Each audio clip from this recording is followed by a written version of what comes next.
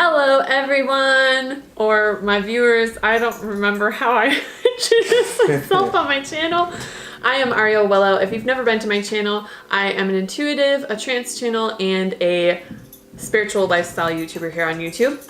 I'm here with my friends Kay and Luce, and I really wanted to have them on my channel because they are the junior members and leaders in our local ghost hunting group, and I really wanted to make a video on tips and tricks that we can share with you guys on how to safely ghost hunt, or tips that we have for beginners, because a lot of people have questions about it and a lot of people want to be paranormal investigating, but they don't really know how to get started, or they don't know what to bring or something like that. So I want to give you guys tools that you can use to do a paranormal investigation safely if you want to try it.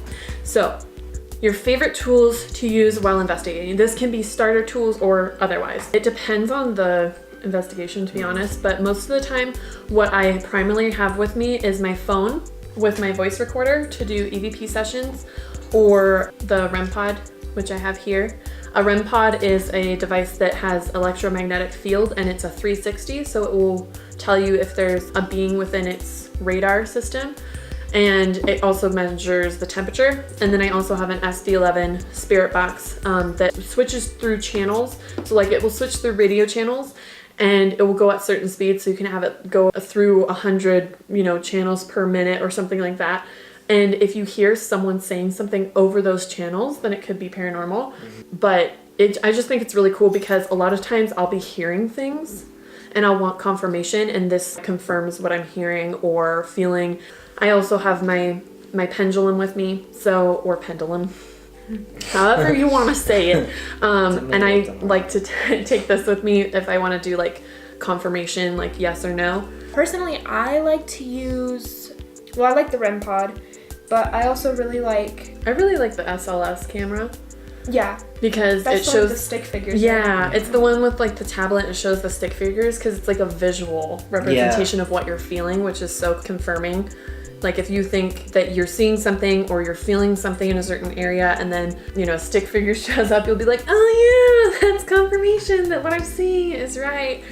But I really like that. Like, it's a visual thing. I love visual things. And it is really interesting when it's not in because usually you get a lot of the stick figures in the frames of things, like the door frames at windows and stuff. And there you can kind of be like, that's kind of iffy. Right, or like poles. Yeah, but at that point you can be like, it's most likely not a human figure, right. Or just a figure in general. I also I'm not very good at using them, but I really like watching them with like your mom. Oh, yes, the dowsing rods. The dowsing rods, yes. Those. I cannot do them. They cross on me like crazy. I'm too shaky. I'm afraid I'm manipulating it. I'm more of like a watcher with that kind of stuff, only mainly because, again, it's that visual. Right. Because with more auditory things, I tend to kind of like doubt myself. Yeah. A lot in what I'm getting. Or you'll be like, oh, am I just making up hearing that? Or am I hearing a different noise and making it into something that could be, something else. Exactly. So, the flashlights, the little twisty flashlights. Yes. You can get them for $1 at Walmart. And you twist them just until they're about to turn on.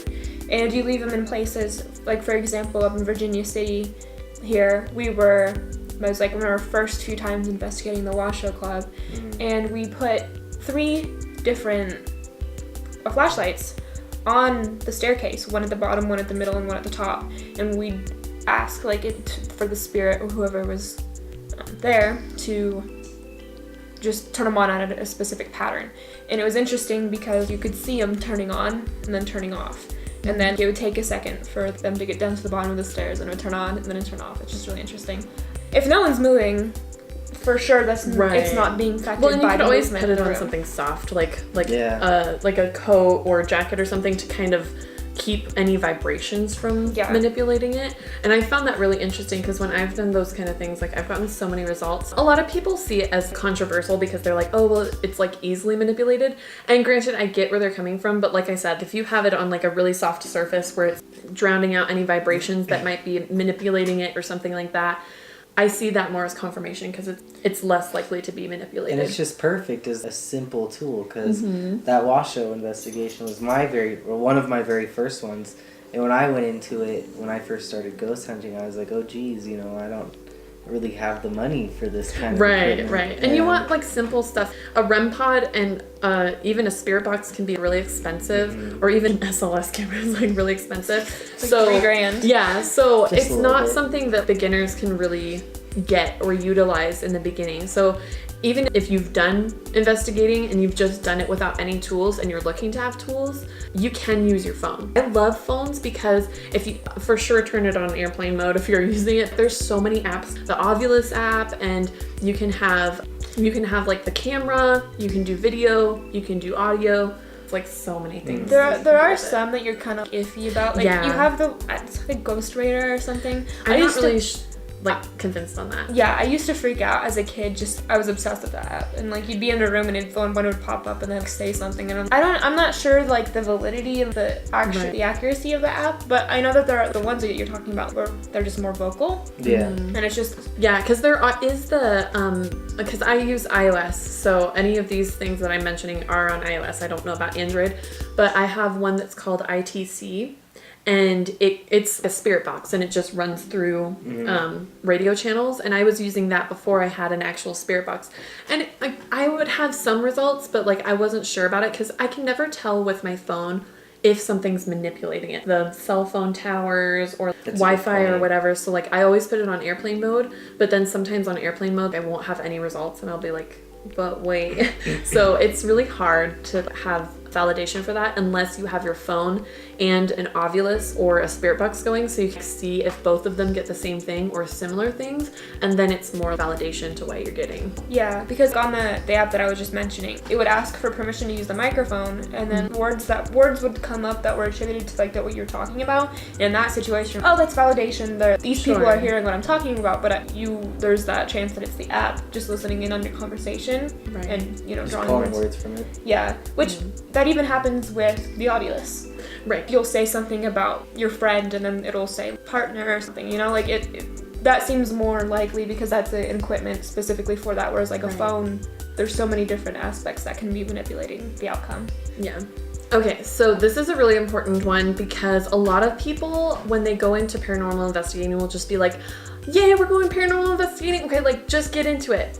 But it's so important to protect you guys. I can't stress this enough. I've never really had an experience where I've had an attachment or anything, but even knowing that, I've had other people around me have issues and have things following them home. So it's always good to be protected. So what is your best way for protecting yourself? What do you prefer doing? So for me personally, and I don't really know the technical name of it, but it's just always what I've heard, I prefer to bubble myself. And that's basically just imagining this protective kind of light around you. And for me personally, mine just is, it's always been like this. It's just kind of like an orange zigzag. So I'll do that. And then we do this kind of like prayer circle thing. I don't find it that effective for myself, but like I'll still contribute in it. And then sometimes I'll ask guides to protect me. Really, I kind of like to take in suggestions too as we go along from other people. I have so many different ways to do it. It's kind of complicated, but most of the time I'll do it based off how I feel in the area. So if I feel like it's not very high activity, I'll do a lighter protection. And if I am going into the Washoe Club, I'll do everything, like everything. Like I'll just go overboard just because I want to make sure that I'm protected. Right now, for protection, just with readings and especially channeling is kind of how I protect high activity places or places that are heavier. I'll use the protection oil, and then I'll use crystals. So I have protective crystals. I always carry my crystals in a dark bag, whether it's velvet or just some dark fabric to kind of keep negative energy out from the crystals. So I have a selenite that I use, and then I have opalite and aquamarine, fluorite, clear quartz, and citrine. I do also have garnet that I use. I also really like having grounding stones with me, but I just don't have like a lot that I use. But I do recommend that everybody have some sort of grounding stone, whether that's garnet, numite, black tourmaline, obsidian, something like that. Just something to ground your energy. But that's really primarily what I do. I really like energetic protection though, primarily. If I can't bring my crystals with me, or I can't bring my cleansing or protection oils, I'll bring my energy with me, and then I'll just call on my guides and my angels and my higher self to protect me, and then I'll call on the 5 elements to shield me and just do that. That's really what I rely on. Going off of what Kellen was talking about, when it comes to our ghost hunting group, I don't usually feel protected when we do the prayer just because of my dissociation kind of from God. Organized religion just doesn't really suit me personally, and just because of my experience with God, I don't necessarily, I feel like when we're saying the prayer, there's holes, and that doesn't encompass me perfectly, you know, like that doesn't make me feel safe. So I don't usually participate in those prayers, but I personally like to fire protect. Kind of like a bubble, but it's, if you've ever seen Cinderella and it's Fairy Godmother with like the twirlies around Cinderella. Like just but fire. Yeah. Just because of my association with, I just really like dragons, so I just fire.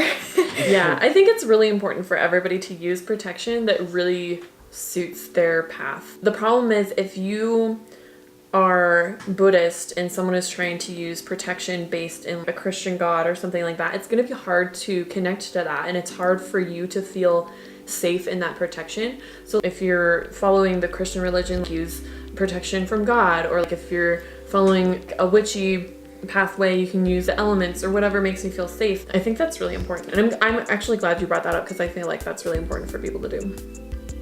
Yeah, and I don't know, there's no really right or wrong way to do it. I was telling you, that was my cue for you to go back and get them because it's gonna go off in a minute. Hold on, chicken nuggets, Tan. The nugget that I was eating. Update, we have chicken nuggets. So it's kind of turned into a mukbang. So the next question is, what tool that anyone has would you prefer if you only had one? Things that people commonly have, like a notebook, a pen, a phone, a camera, things like that. To be honest, well, maybe we should take the phone out because phone is a pretty all-encompassing one. If I couldn't use my phone, a recorder. Just a simple recorder. Yeah, I would like a recorder. I never really had one growing up. I had like a tape recorder that I would use to ghost hunt. I would just turn it on and stick it in a room and then review it later. But digital ones are so nice because it's so easy to use and you can fast forward and reverse in them really easily and find certain pockets of things and split it, whereas a tape recorder is so limited. If I wasn't doing a tape recorder, I'd probably want to do a notepad and a pen. Mine would probably be the recorder. Or even just a simple camera. I mean, oh yeah, just even a film camera. Okay, so the last question is, how can I get into places to investigate? And this is going to go over ethics because it's so important. So if you want to get into a place to investigate, please don't break in. Don't do it. It's not nice. It's not respectful. It's not worth it. It's not worth it. No. You could get found by police, and if you get that, then it's just like on your record, and it's this whole thing. Go to jail. Yeah, Let's not go to jail. Don't go to jail for paranormal investigating. That's a bad idea. I think the best way to go forward is if you really want to go in somewhere and maybe people haven't investigated or they don't have ghost tours or something paranormal related going on already, I would go in and talk with them and see what your options are and say, hey, I'm interested in investigating possible paranormal activity here. Would you be open to that? And see what they say. I would let the owners of the area kind of lead the conversation. Yeah. And if they say no, don't push it. It's the worst. That's like the worst case scenario. Yeah. So I mean, I've been with the ghost hunting group for like 8 years now. A while. And we've all been people to initiate going into places and suggesting places and stuff like that. And sometimes places we suggest we can't get into, and that's fine. And eventually sometimes we can, but sometimes we don't. And I feel like it's just, don't push it. Like, well, I mean, in like a lot of the places that you want to investigate, especially in our area, or maybe even on like the East Coast. Wow, I totally butchered that. Like the buildings are old, and if they're not safe to go in and you don't know that, you're putting yourself in danger. You're going to you might potentially ruin the infrastructure. That's not something you want to risk because then you're paying for damages. Right. And you're getting injured. Yeah. Well, and it's just, if you're asking politely and you're not pushing it, the best they can do is say yes, you know? Right. The worst they can do is say no, and then like you just move on because there's plenty of places you can investigate. Right. Our group personally that we're part of, and I'll put the link to the website down below if you want to check it out, but The group that we're part of personally is actually a group that does paranormal investigating, but we primarily do what we do to raise money for a foundation in our area that helps preserve historic places. So our events and things like that raise money for that, and then sometimes they'll let us investigate in the area after it closes or things like that. But we're giving back to them. We're giving them something in return for them allowing us in. And I think that's really important to have that exchange. So if you can do that, that's great. If you're younger and you don't have the ability to do that, I would try to get a group of people together that you know aren't going to be disrespectful to the place or the spirits. I don't recommend provoking. I know that a lot of people on TV shows tend to do that. And a lot of times what they're doing on television is dramatized and they have to make it dramatic. So a lot of times they'll provoke to make it seem more dramatic. I don't recommend that in personal paranormal investigating. I don't think it's safe. There are times that you have to be firm with spirits. I don't think there's anything wrong with that, but provoking is different than that. Dangerous. Yeah. Because you don't know what you're provoking. Yeah. You just don't want to cause something that you can't control. So with rituals or with ghost hunting, like just be very cautious about going in. It's not that you can't do it, just know how to do it and be safe about it. And that's why I wanted to make this video, because I wanted to give tips on how to protect yourself or things like that. And obviously, like if you have any questions about anything that we talked about here, you can always ask us in the comments down below. I'll have them answering questions in the comments if you have them too, because I feel like it's really important for you to have the ability to talk to us and ask us questions if you have any questions about this. You know, we've been in a lot of different situations. An important thing to note is that when this goes back into the protecting, you need to make sure that you're confident in your protection. Because even if you're comfortable with it, even if it's something you've done for a while, if you just are like, oh, I've done this before, it's fine. Or if you're not focusing in on it, the chances are it might not be to its full potential, and something can slip in. I'm not saying it's going to, but that's the big thing that needs to be emphasized is you can have something that you're comfortable with, but if you're not extra comfortable, like confidently comfortable with it, it's not gonna work. Yeah. Okay, so that's it. I think we covered everything.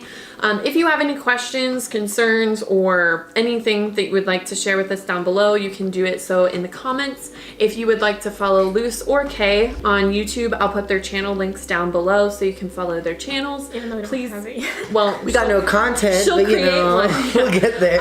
They're thinking of creating YouTube channels and or content soon. So if you guys can show them some love and give them some follows, that would be amazing.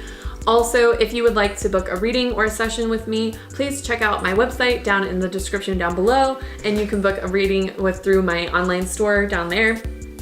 If you want to know any information about the group that we're in Northern Nevada, you can find the link down below as well to find out more information about Northern Nevada ghost hunters. Woo! Yeah, and check out our events, because we have some, if you're on the West Coast, we have something happening in June. The solstice celebration, and then in September we have the Tahoe Biltmore Parafair. Yeah. Okay, that's it. I hope you guys have a wonderful week, and I will talk to you guys later. Love you all. Bye. Bye.